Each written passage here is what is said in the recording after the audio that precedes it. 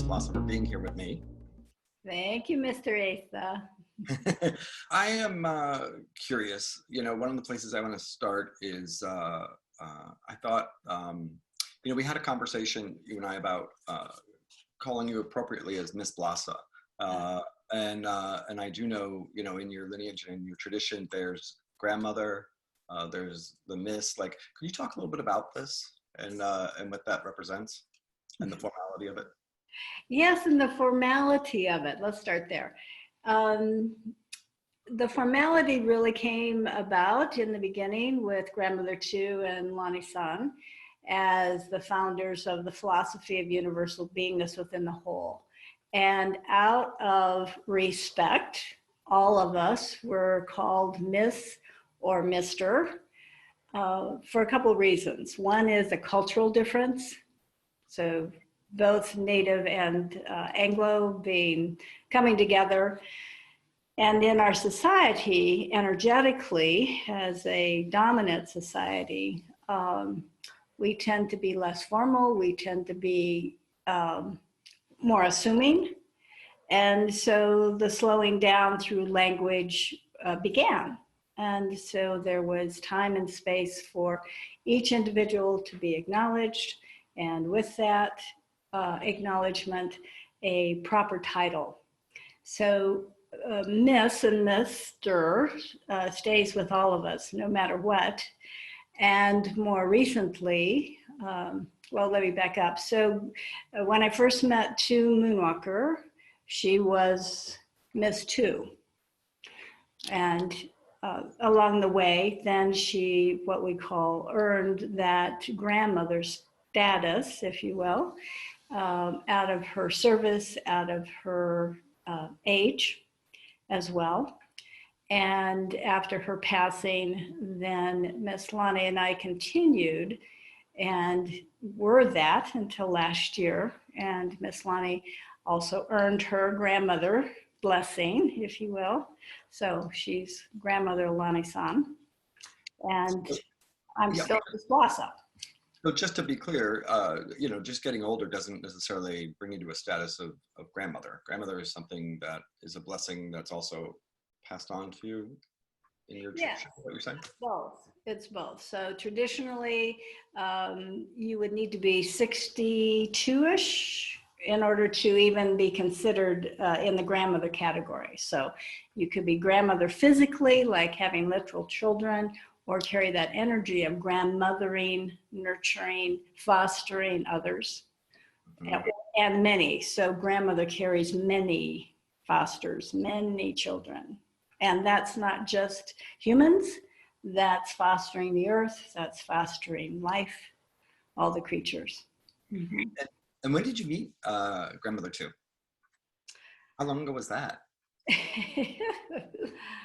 And I'm sure that many of you can relate to this. So in around 1986, 1987, I was studying dream work, and Grandmother Tu, whom I did not know, had never met her in the physical, came to me in my dreams. And within a short period of time, I would say relatively short of the dreams and physically meeting her, it took me a while to figure out that she was the woman in my dreams. And once I addressed that with her, then she acknowledged that, yes, I'd been looking for her for quite some time. So a 24 years of relationship with her, and studying with her, helping her in her living and in her dying process was my commitment. So she passed 9 years ago now, and she is not available on the inner planes for people. So if people go looking for her, I don't know who they're going to find, but it may not be her. Wow. And what is the lineage that she was passing on or teaching? I think there's a couple of different paths that sort of came together in her. So I don't know, can we talk about that a little bit? Yeah. So Grandmother Tu was raised in the Southwest on a reservation, and she was trained by her grandmother. and her father also was in the medicine way. And Moonwalker was the lineage of what she was trained in and committed to continue. A little caveat about that, certainly in her modern time, she was asked to teach those that came in sincerity, and really the emphasis was on, and continues to be, on our relationship with Mother Earth. So she taught many, many people in her time and maintained that status. Early on, when I met her, she also had Lani-san, that was not her name at the time, that became her official apprentice. And she and I together continued to be in studies, as did several others within our community, stay with her. So Moonwalker was passed on to Lani-san, and she earned in our way. It's an earning. It's not whether someone likes you. It's not your personality. It's not if you're the most beautiful or talented. It's if you can commit to do the work. And it's not easy. And Miss Lani passed all of her tests and hence earned the Moonwalker name. So she carries that today. Mm-hmm. Wow, that's beautiful. And then she carries as a lineage holder. So sometimes that can be separate. You can earn the name Moonwalker, but that doesn't mean that you would necessarily hold the lineage. But she has done both and continues to do both. Mm-hmm. And that sounds like a beautiful thing. And yeah, wonderful that it's going to continue. The two of you would you be the two elders in the lineage at this time, or are there others? Or do I have that right? Mm-hmm. There's only one Moonwalker at a time that carries that specific name. Right. And yes, there are others of us that are considered Luna, meaning in support of a Moonwalker. And there are several, yes, that support that. In terms of the teachings of the lineage, Grandmother Lani and I are the main teachers, and then there are a few others that have come along and hold that status as well. Mm-hmm. So I guess what I'm wondering is, does it feel like you guys are, I guess in a sense, well established, that you have the community around you to keep this going for the next generation and maybe more after that? That's kind of been the $1 million question in many ways. It's a very unusual tradition, and not easily on those of us raised in an Anglo society. So several times, even when Grandmother 2 was alive, we had to let go of the idea that there may not be those that could carry it on. It's not an easy life. There are many and I don't want to call them sacrifices, but you just live a different life, right? So at this point, yes, the whole thing. What? I wanted some examples of what that different life is. Can you give us a couple of examples? Mm-hmm. Just for myself. So when I first met Grandmother 2, I actually met her in Denver, and then she moved to New Mexico.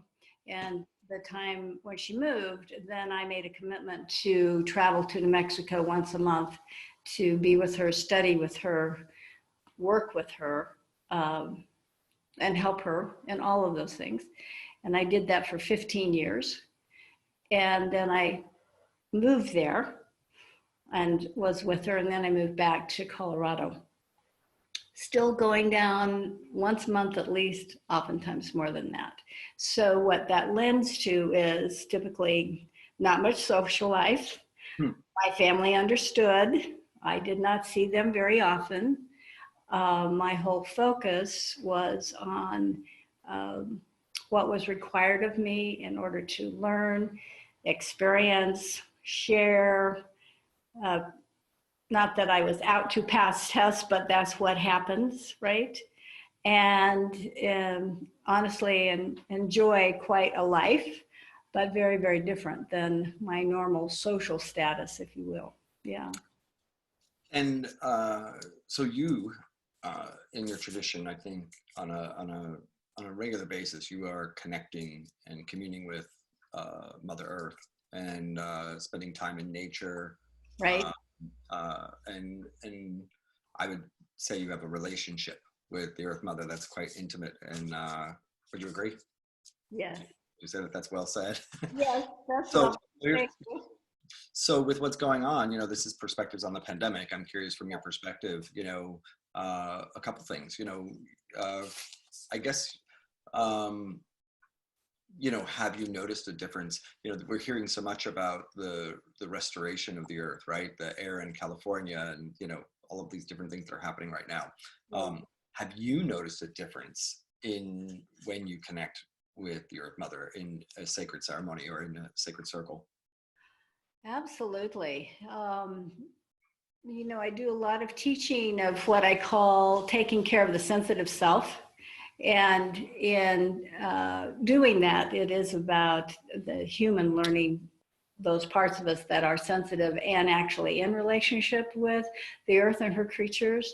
And since the big pause, as I call it, yes, I personally can feel her energy. I can hear her voices, the birds, the animals, and I can sense vibration differently. And any of the sensitives I speak with, they are so glad that we have a pause because they too can feel their own sensitivity and heartfulness deeper and deeper with Mother Earth. So yes, absolutely. So if you're sensitive, who maybe hasn't been as in tune with the fact that you're sensitive and that that's really about not just being a sensitive person, but Right. actually being connected maybe with nature and intuition and the cosmos in a different way.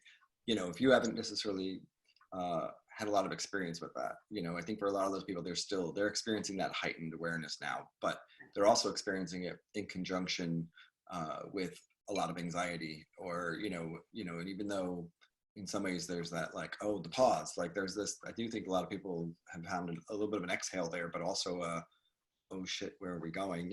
It's dealing with that other side of it, Any recommendations or things you would say that they could do? And are there ways, one that always comes to me, of course, is connect with nature. It would be, what a great time to do that. But if you're a city dweller, any recommendations how a city dweller might even connect with nature or whatever else you might add to that?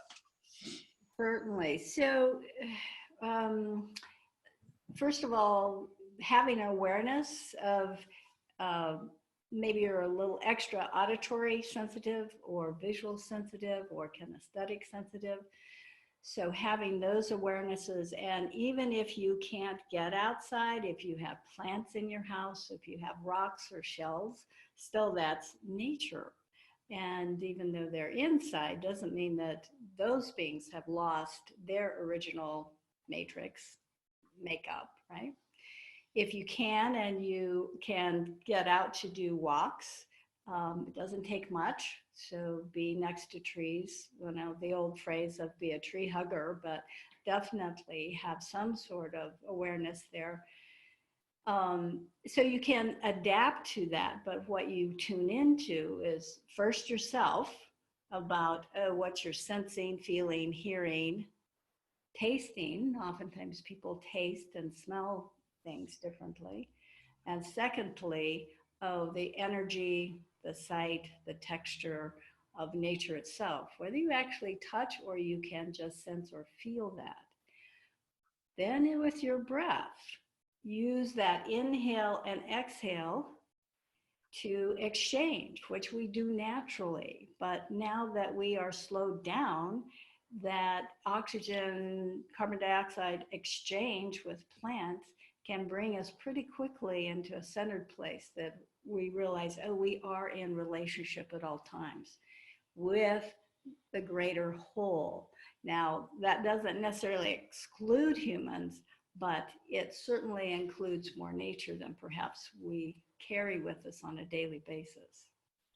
So first self, then exchange, Then self again to check in for, oh, how does this sense feel? Can I be, one more thing, feel, and we can talk about this, safe in my own beingness, at least for a moment, at least for a moment. And oftentimes that helps with some of the fear and anxiety of what comes next. So if I can be safe in one moment, Right. I hand that back to you, then what? So in that safe for one moment, it can quiet the mind, slow down the breath, and you can feel the earth under your feet again. Mm-hmm. So traditionally, as life included that whole circle of life and death, and that was just the way life was. It wasn't life is over here and then you get to the end. It was a whole circle cycle, and life, death was around us. So here we are with life, death being around us. In those moments, if we can acknowledge that our spirits are safe, our bodies are planted, and our emotions are the ones that have material that's been presented that is not normal every day.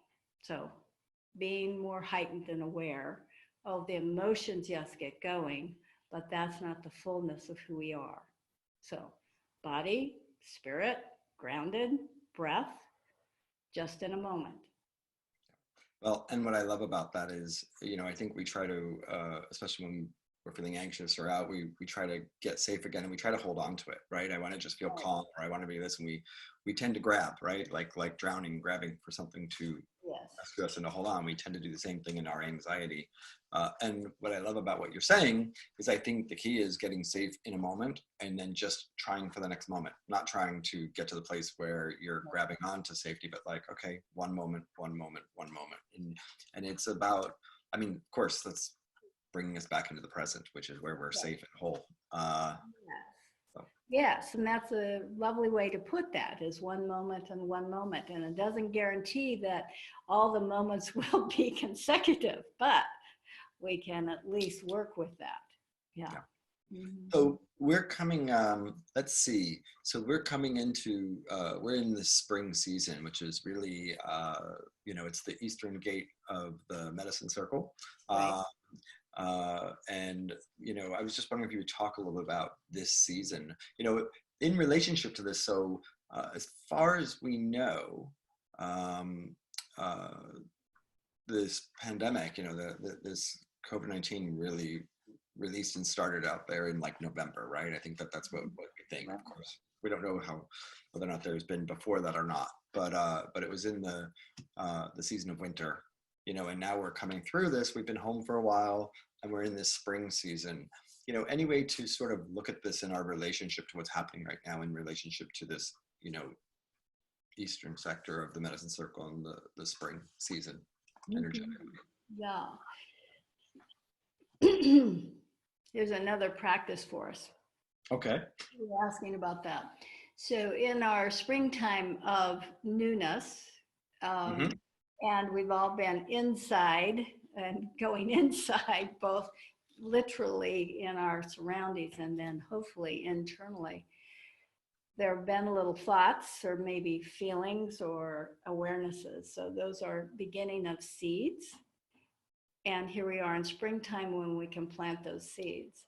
So a practice that I love very much is that every morning, if we just get up and we face the east and we allow the rising sun, now not everybody gets up at dawn, I understand that.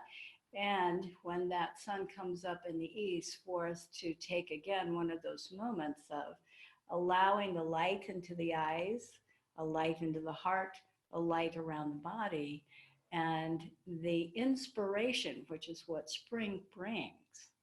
Listen to the robins sing, listen to the waters run a little more, the streams, if you can hear them, or if you're close by, turning into rivers, right? So that springtime and that inspiration for newness, So it's a high time of creativity for humans. Nature itself will continue to create because that's what it does. We, the humans, can be creative in a positive way or a not so positive way, but the energy itself remains the same. It is inspirational, creative, it is new. Doesn't mean it forgets the old wisdom, right? Knowledge from the past, but it has opening to see what is possible coming next. Yep. Yeah. That's beautiful. I think in most indigenous cultures, Mm-hmm. because of both because of the tribal nature of the cultures, so you were intimately connected to your community, not just your isolated in your family, but then your family in the community, Yeah. but also because you were also, for most indigenous cultures, again, you were also seen as a member of those that make up the Earth Mother. You weren't separate. It wasn't humans and then everything else. It Right. was the Earth Mother and all of her inhabitants and animals and life forms of which we were a part of. So there's always this community perspective, and I think because of that, a lot of those cultures, they really move from a place of service. And I just in knowing you, I see you as it's interesting. Even with the formality, and you were talking about Miss Two and Miss Lane and Miss Blassa, and sort of that so many spiritual groups or different people from different lineages that I've connected to. A lot of that has come with ego in the past that I've experienced, and one of the things I've never experienced is that from you. I always have experienced something that felt very heart-centered and loving, and really about all of us sort of elevating ourselves into a sacred connection.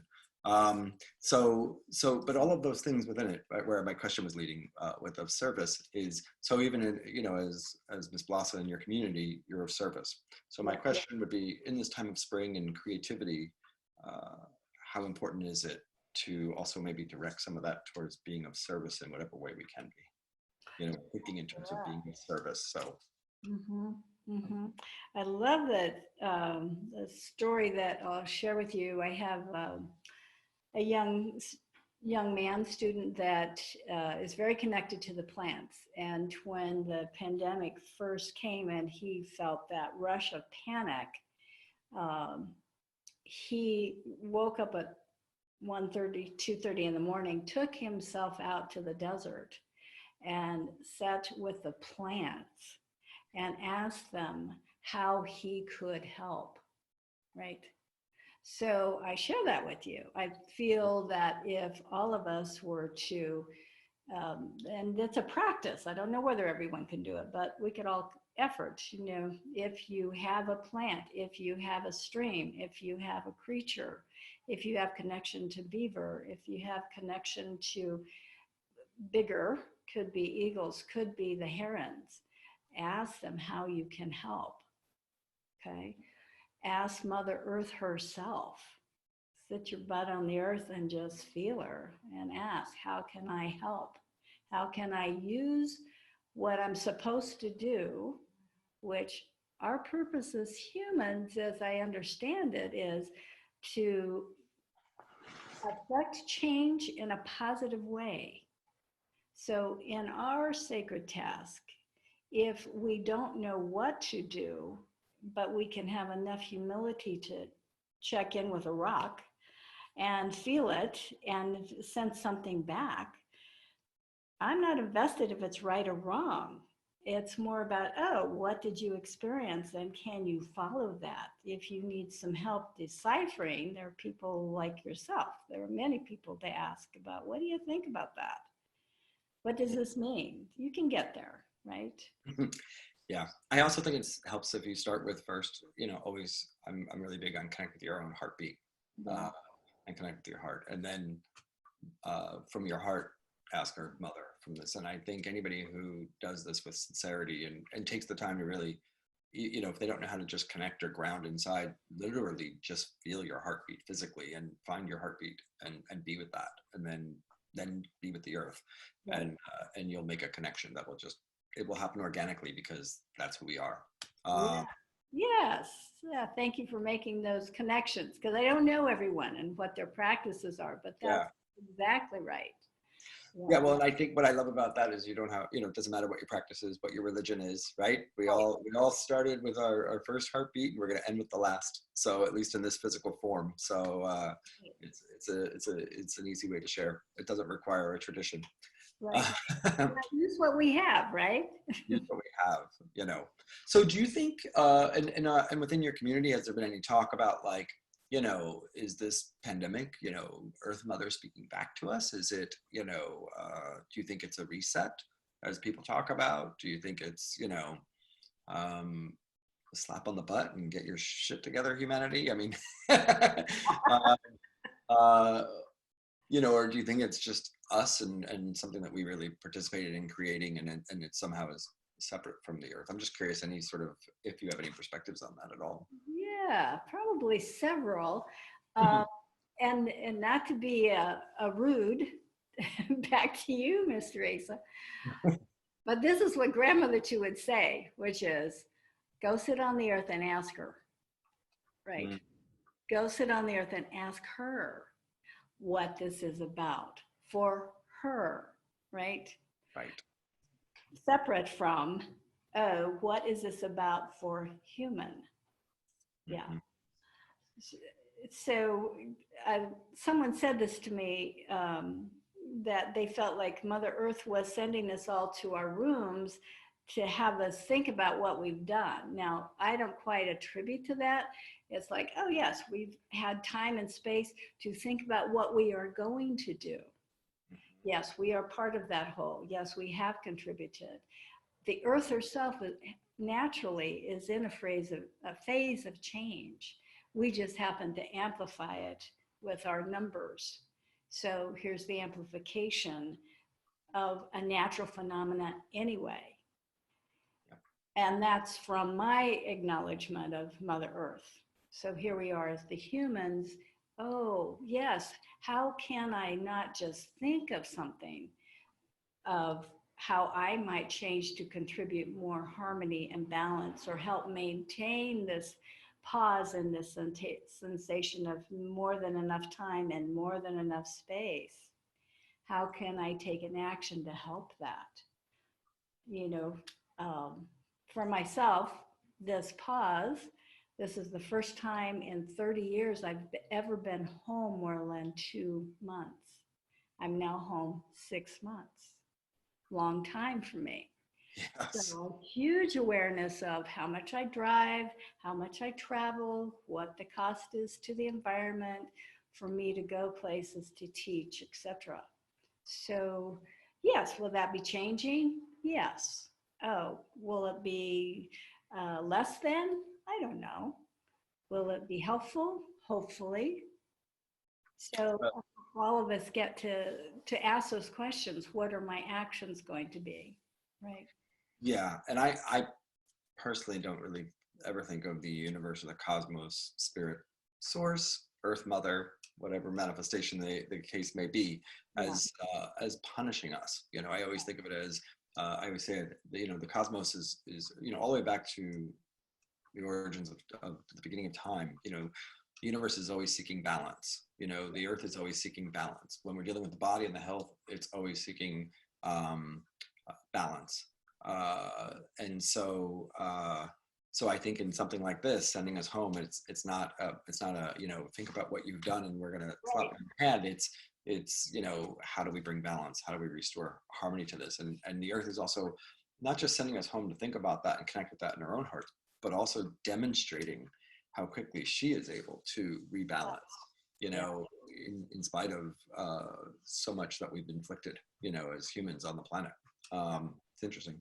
And then, you were talking about how much you drive. And Right. so as you were talking and talking about yourself as a teacher, I realized I should tell people, you've never done anything like this before, I don't think. You're No, very under the radar. Yeah. I really haven't. A little backstory here too. In my tradition, it's an oral tradition. So all of that orally means you have to show up to, have exchange. And as I have come along and earned my designations, whatever they are, um, yeah, I also made a commitment to not go commercial. So, as I am questioning with my guides and guardians about how do I deal with this, ancestors, and still teach and meet those I'm to meet and have them meet who they are supposed to meet and help the earth, how am I to do this? So I do have some leeway to shift some of the ways in which I connect with people, and the modern means of computers and all of that is one of them. Yeah, well, and allowing me to interview you and bring you on here. So this is pretty cool. Yes, I would not do that unless I trusted you, someone, and I trust you very much. So thank you. Well, the feeling's mutual. So, one of the things talking about being of service, just shifting off the pandemic for a minute, you're somebody who's, already just in talking about your commitment to Grandmother 2 and going to New Mexico every month and whatever, but speaks of your commitment. But, you've done other things like, I believe, you joined Linda Myers and her group, Adopt a Native Elder. Yes. And, they've been for, is it about 30 years or so supporting Navajo elders? Is that what it is? Can you talk about that? Sure. Linda Myers, her organization, Adopt a Native Elder, she and a Native woman 30 years ago collaborated because they discovered that so many of the elders were not being fed on the Navajo reservation in particular. So they created this organization where they would have fundraisers, if you will, and they would gather money, and then they would go and buy food, and they would drive their little truck to different locations on the reservation and feed the elders, but also give them food to continue, right? And as Linda will tell this story, she was addressed by some of the elders on the reservation, and they said, it's great that you come and do this, but you, like all Anglos will come and then you'll go and you'll disappear. So that was 30 years ago. Wow. So she continues. I just caught up a little bit last night with her. She continues to twice a year. Mm-hmm. I'm talking to Krista here because she also is involved with them. Twice a year, she loads up trucks in Salt Lake City with food, clothing. They typically have a couple of nurses that come, and they have simple medical needs that are met, beds and walkers, toilets, etc., that can help the elders. And they go to different locations on the reservation, and they go to the community centers generally, and the elders, typically their grandchildren or children, bring them, and they show up in their finery, and they're served. We serve them lunch and food, and then we tell stories and play games with them. They're extremely loving, and send them home with supplies to then help them through the next season. Also sending food gift certificates through the local grocery store, which is Bosch's down there, or firewood during the winter to help them. Did you say some don't even have running water? Like, right. Most of them don't have running water or electricity. I sponsored a couple, and in the area that they lived in, and I'm sorry, I don't know the name of this company, but there was a solar company that came out of California, came on the reservation. They initially put solar panels up for, I think, about 28 homes, Hogans, right? 28 homes in the Hogans, which allowed them then electricity, and then helped install water. So one of my elders who was diabetic, within the 6 months that I saw her, her health had improved immensely just by having running water. Wow. Yeah, so it's real. It's real. And Linda, and it's all a volunteer organization. She probably has, I don't know, maybe 5 employees, paid employees. The rest of it goes to the elders. So that continues, that exchange, right? So then the elders will weave or make gifts. And then there's a big rug show in November of every year in Park City. Again, a fundraiser. That money goes back into the organization, food, supplies, etc. Yeah, and then delivered again. And didn't you, isn't the age like 75 and up for the people to Yes. receive like that's when you get to be an elder enough to receive the benefit? Right. So her most recent statistics are 75 to 100. There were many of the elders I met that were 100, and that she has 700 right now that she takes care of and addresses, and yeah. So, I'm remiss here because with each of my interviews, I've asked the person I'm interviewing beforehand to give us an organization that we could donate to and that we could actually ask people, since you're doing this, pro bono coming on here and sharing today. Is this an organization we could donate to? And is there a formal organization that I could actually put a link up for people? Certainly. Yes, So, that would be a lovely organization to donate to. Linda, in her email address, that they have not been able to go because of the pandemic. So they're shifting everything to gift certificates, and there's a local, I'm not sure how she set it up, but anyway, there are funds that can go to, and it's ANE, Adopt a Native Elder Program. And they have quite a lovely website and information there that people could indeed donate. is that the website, ANE program? I think it is. It's Adopt a Native Elder. It's spelled out, Yeah. Adopt a Native Elder. Great. Adopt a Native Elder. Great. We're going to look it up, and I'm going to post that. And I'll also put it in my next mailing, so that we can support them. Because especially if they're not going out there, they need, with this pandemic. Right. I always say how much I think about people, how fortunate I realize I am through all of this, and thinking about people who are either, living in third world countries, people which, many natives live like they're in third world countries, in this country right here, just also to people with lower income and people who can't go to work. And it's been, devastating for so many people. So and this is another group that I imagine it could be devastating for. So I would love to be a part of supporting them.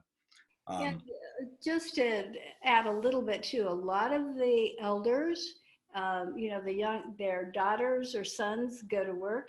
The grandchildren come and stay with the elders. They babysit. And so the food also goes to the children. So it's not just them by themselves typically, but a family. So as you know, they share. Yeah, they share. Yeah. Mm-hmm. So. The other thing I wanted to ask you about, if we can shift gears here, is, so how does,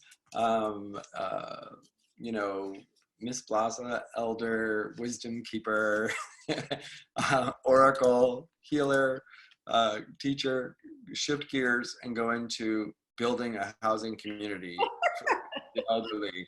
Because I do believe you totally shifted into like, general contractor, manager of this, developer. Yeah, So well, not quite all that. if you could feed us in a little bit of that and tell us a little bit about Silverleaf, I would love that. Which, just to start out and say for people on the front end, Silverleaf, if you want to look it up at all, there's a little bit of information I think online about it. It's a community in Paonia, Colorado. I've been there. It's kind of cool. Anyway, so if you would sort of like take that on. So this was a project that came out of conversation and guidance and commitment to be of service. It did come out of commitment to be of service. And I'll tell you a little bit of the story of how one aspect of it. So as I'm eldering and I'm very aware of leaving things, not leaving things as a blueprint behind, I began asking that question: what would be a benefit to leave behind? I do have a stepdaughter. I don't have much family, etc.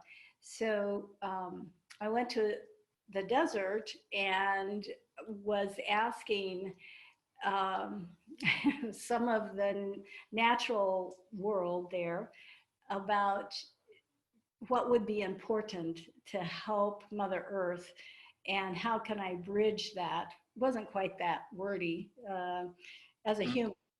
And I was shown that in building, part of our difficulty is that it's, you know, especially here in the West, that we all live on 100 acres with our little homes and nobody's around. And that's the ideal of a Westerner, right?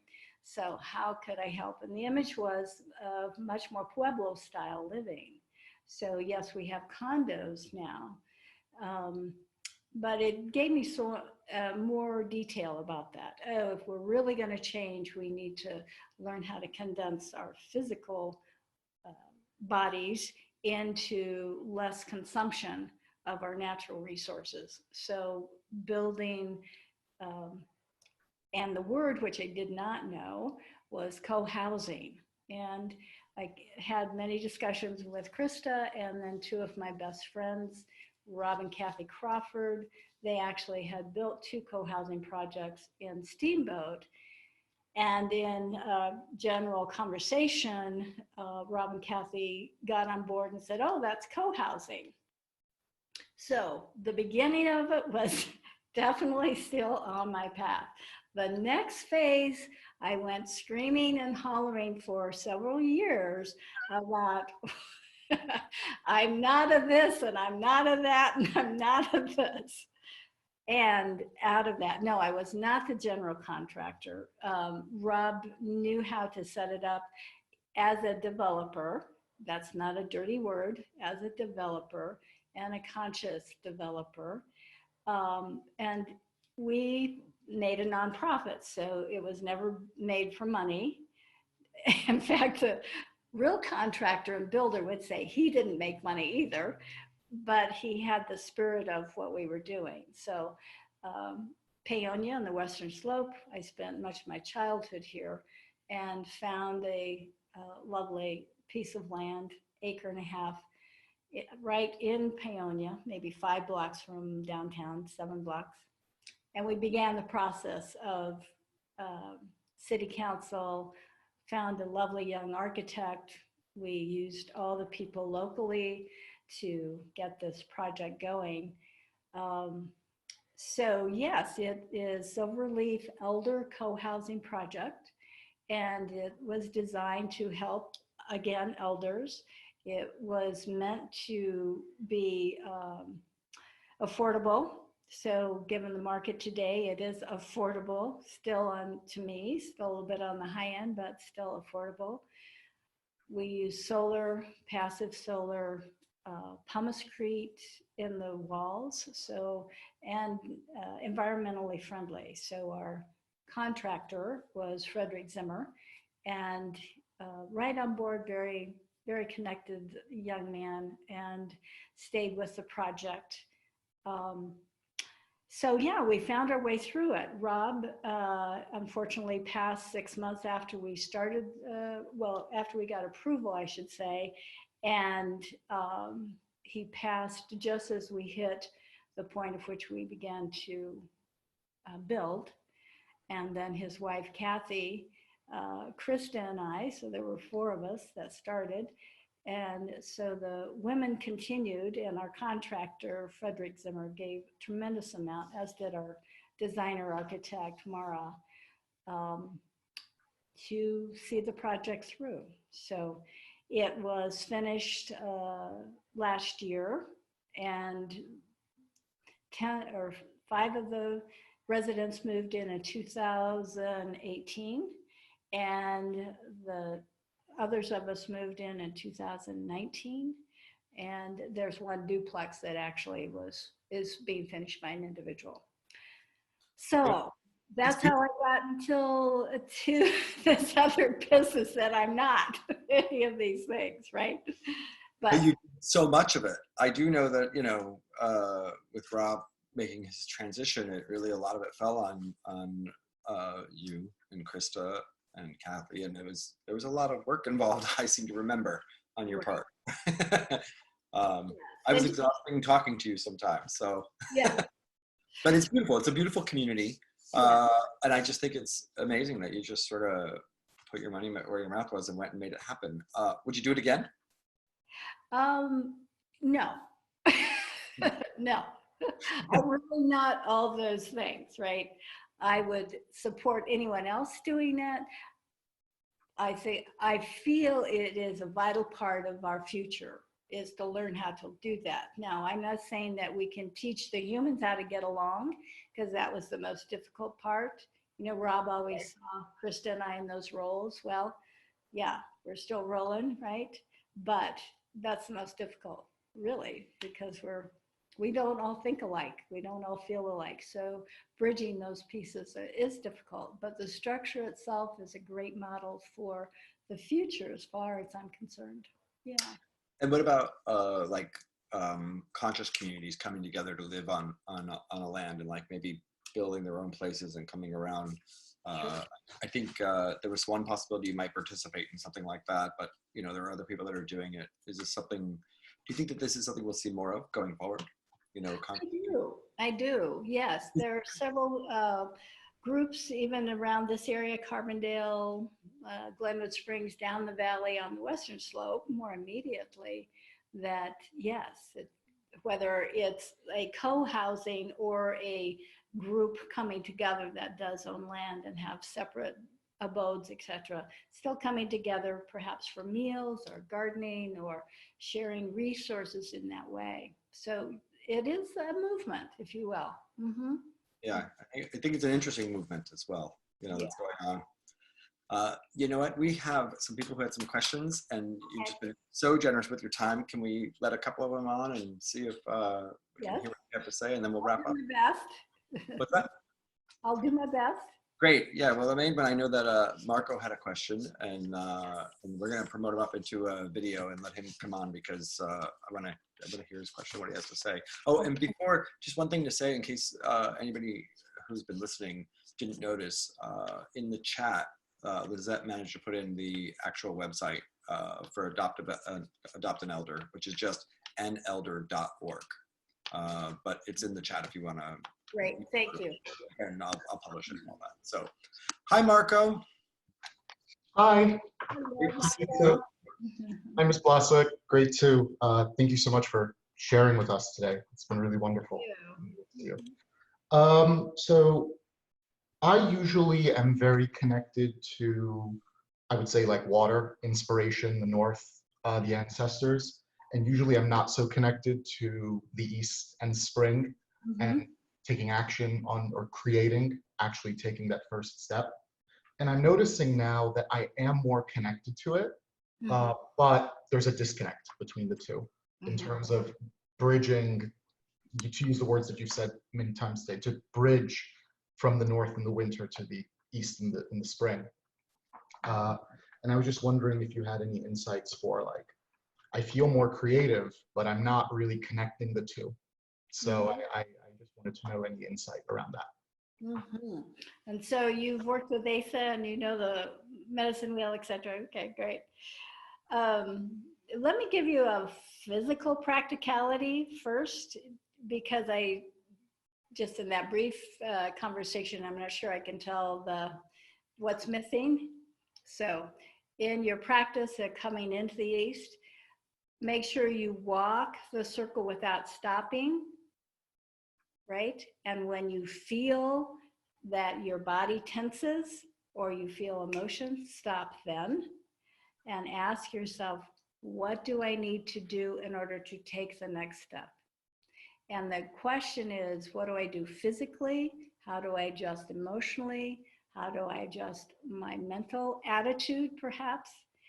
And what does my soul need?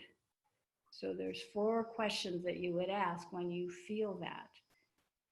And it could be anywhere in the wheel. So let's say you walk around once, you complete, and it was like, not much came up.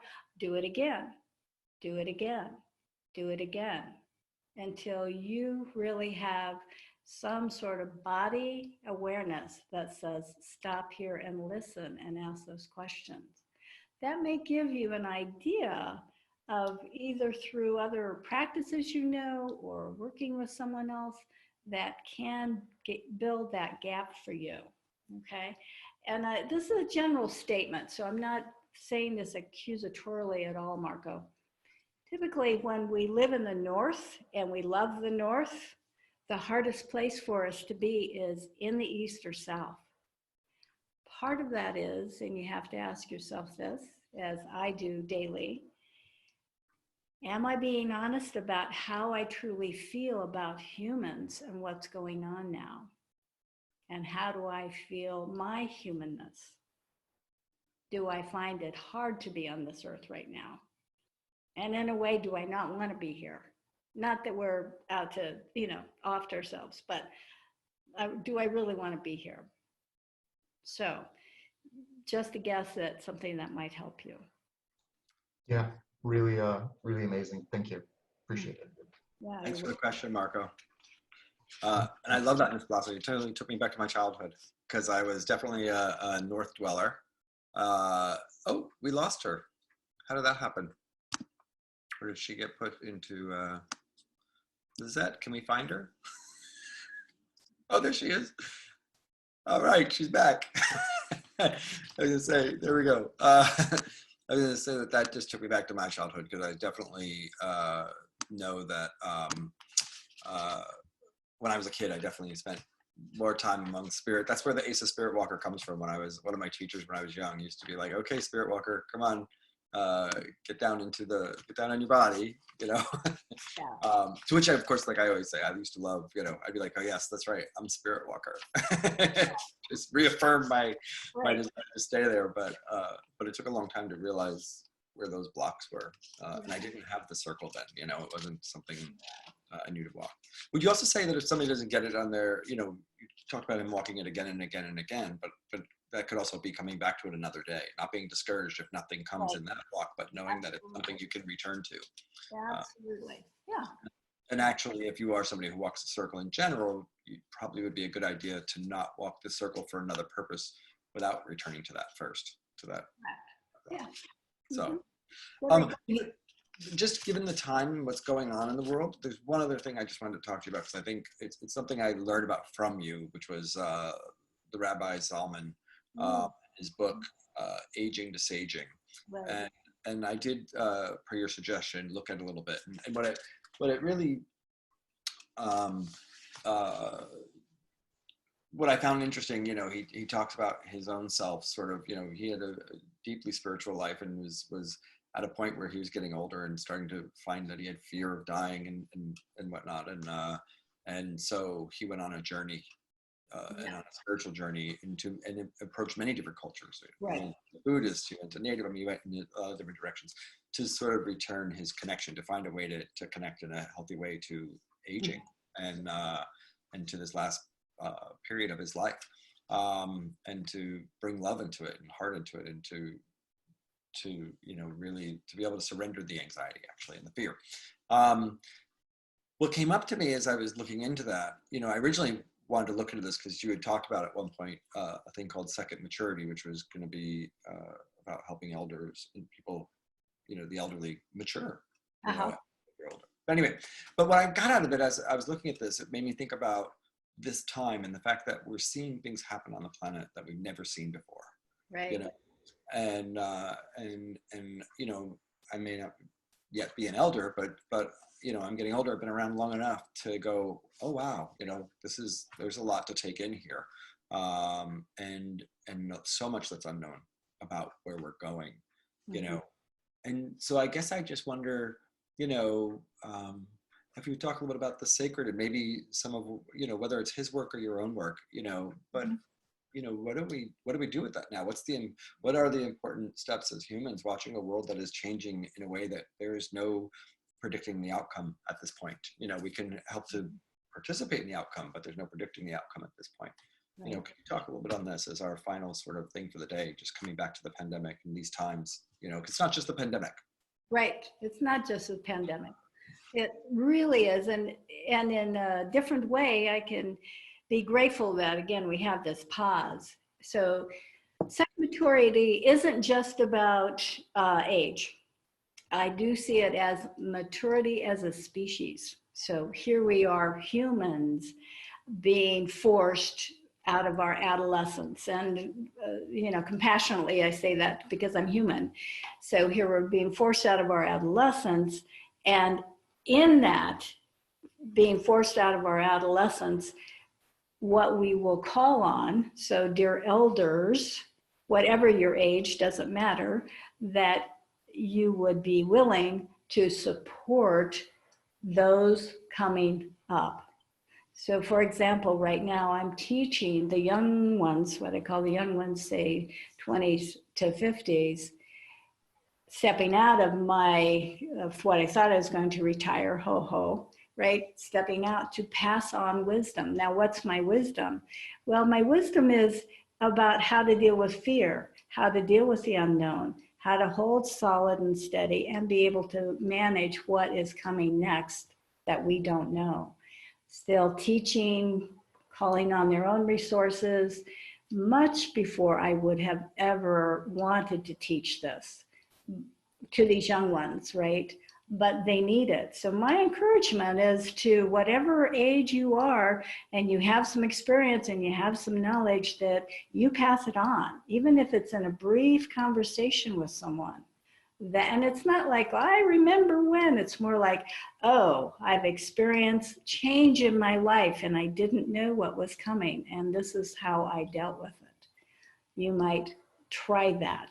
So I do feel in this Center for Second Maturity really was about that, from adolescence to maturity as a species, taking on a responsibility to Mother Earth, taking on, let's shift our actions to include every being as best we can, teaching on compassion, teaching on kindness, learning how to deal with our outrageous emotions better, and have some sort of practice that's different than just emoting, right? But a practice that includes more kindness and compassion to self, more kindness and compassion to others. So it has a great, much broader meaning than just elders, right? It does have passing on wisdom no matter what your age. Pass it on and hope that it helps. And if you need help, find your tribe to help you too, right? It is much more about that community mind, physically with humans, as well as our networking, our listening to our animal, creature, friends, supporters on Earth. So, does that help? I love everything you said. And yeah, you gave me more than I could have hoped for. But the Center for Second Maturity does not exist, correct? It was an idea that does not exist yet. Is it still something that may happen? Well, Krista and I are talking about, we've been a little sidetracked with Silverleaf, right? If you, it could be, I'll tell you, if you would ever consider it to be a great online thing and not just a physical, it could have a physical location, but it would be a great online thing. I think that, and one of the things, I think when we look at the world, and you said as far as like humanity as adolescents, I talk about this often, which is, we really haven't matured much since caveman days in the way that we deal with survival and the way that we deal with conflict and whatnot. So while we've evolved greatly in our abilities in the world and to create, we haven't evolved very much in our response to conflict, or adversity, and how we balance. And so I think it's just such an important thing. And it's interesting because I think, back in, when I was a kid and before, there was this hierarchy between adults and children. Mm-hmm. And there was this, formality. And I think in some ways, we rejected it because there was a little bit of a separation, there was a little bit of like a less than and above more than. And that boundary got broken as my generation for sure got older. We sort of like, and it became much more casual, but it almost meant the other extreme where it's so casual that we forget, we sometimes expose our kids to our fears a little too much or to our anxieties, and we forget that we're there to also lead and hold a space, for our children. And I think that spreads into the community and how we interact with one another. Yeah. And one of the things I think can help people as a whole is to realize as members of the community, we can choose to stand up as leaders. And it doesn't mean, I think there's something really powerful. We can not return back to the type of leadership that says I'm above you, Right. to stay authentic and true, and to not feel like we have to necessarily hide what we're feeling, but at the same time to not sink into that feeling as well, to say like, yes, I am feeling this, and how do we come together Right. as a community? And it's one of the things I'm not hearing enough in politicians and leaders across the globe is how do we come together? Where's the we in this? Mhm. So, Yeah. a we that has room for the I, right? We have to be the I Yes. of the we. Yes, we that has room for the eye, right? Yeah. So, Lovely. Ms. Lovely. Blassa, it has been such a pleasure. I have a question. Okay. So I know that it's been the non-commercial, sort of under the radar. If there are people that have been joining in on this and listening, is there a way to find them and connect with you, or with your lineage, or is this, is they should be grateful for this, and if you do something, we'll find out later. I'll let them know if you do a online second maturity or something. But Right. At this point, Asa, it would be through you if you would be so kind. I don't have a website. That's not where I'll head. And yes, I am offering some classes to some folks that I've worked with before. And I'll continue to do some of that, and I'll see what comes next, But you are open. If somebody was to come through and wanted to connect with you, you're open. Yes. To them. Great. Yes. That's really the main thing. Yes. Thank you so much for being here today. I'm truly grateful. I Thank wish you you. a wonderful day there in Colorado. Yes. And definitely give Krista a hug for me and send my best. And Soji. Soji, thank you. And Miss Lizette, thank you so much. And be well, all of you. Be safe in your own beingness. Be warm, be fed, and share. Beautiful. Bye-bye for now.